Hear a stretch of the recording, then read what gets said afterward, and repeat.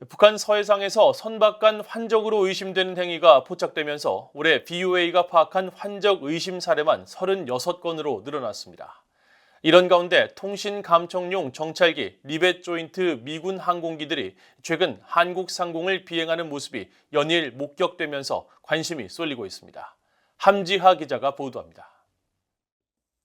북한 서해 초도 해상을 촬영한 27일자 플래닛랩스의 위성사진입니다.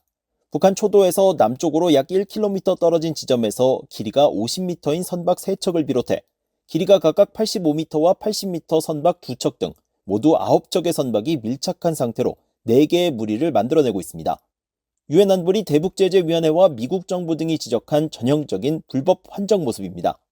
BOA는 그동안 플래닛랩스의 위성사진을 분석해 지난 4월 이후 32건의 선박 간 환적 의심 정황을 발견했는데 이번 4건이 더해지면서 이 일대에서 확인된 환적 의심 사례는 36건으로 늘었습니다. 대표적인 대북제재 회피 행위인 선박 간 환적이 올해도 계속되고 있음을 보여주는 대목입니다.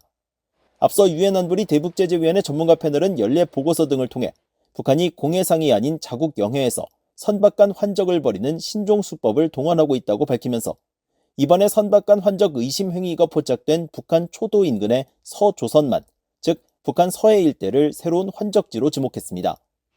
이런 가운데 한국 상공에선 미 공군 정찰기 RC-135B 리벳 조인트가 또다시 전개된 것으로 나타났습니다.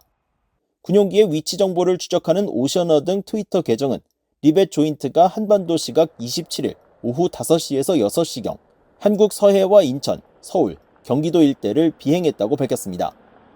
리벳 조인트는 수백 킬로미터 밖에 떨어진 전자정보와 통신정보를 수집하고 발신지를 추적할 수 있는 정찰기로 북한이 23일 평양 순안 일대에서 동해상으로 단거리 탄도미사일 SRBM 2발을 발사한 직후 한반도 상공에 모습을 드러낸 바 있습니다.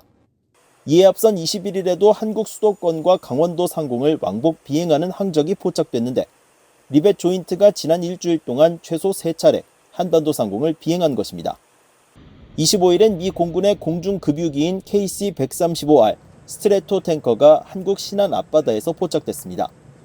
일반적으로 공중급유기가 폭격기, 정찰기 등의 연료를 공급하기 위해 운용된다는 점으로 미뤄볼 때 항적을 노출하진 않았지만 이 일대에서 다른 군용기가 전개됐을 가능성을 시사하는 대목입니다.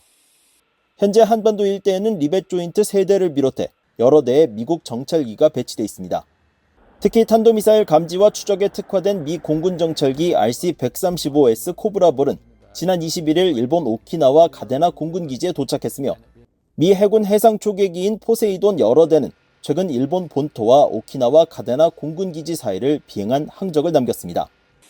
이처럼 미군의 정찰 감시 자산이 한반도 일대에서 연일 항적을 노출하면서 북한의 추가 미사일 발사 등 도발과의 연관성에도 관심이 쏠리고 있습니다.